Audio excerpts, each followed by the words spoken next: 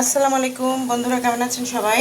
আশা করি ভালো আছেন। আমি ভালো আছি আলহামদুলিল্লাহ। তো এই যে রান্না চুলায় করলা ভাজি, আর এখানে আমি আজ রান্না করব কচু। এই তো কচু আমি সিদ্ধ করে নিয়েছি, পানি কিন্তু ফেলে দিইনি।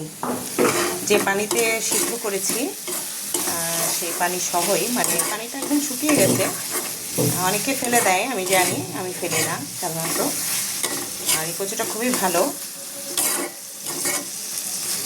গলা ধরবে না।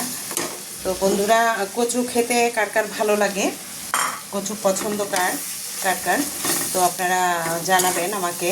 আর কচুর দাওয়াত রইল আজ আপনাদের, কচু খেতে আসবেন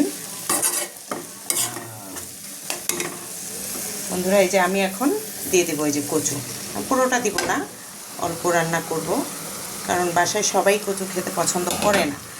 আমার তো কচু খেতে খুবই ভালো লাগে। আপনাদের কার কার পছন্দ জানাবেন বন্ধুরা। ভালো থাকবেন, সুস্থ থাকবেন। আল্লাহ হাফেজ, আসসালামু আলাইকুম।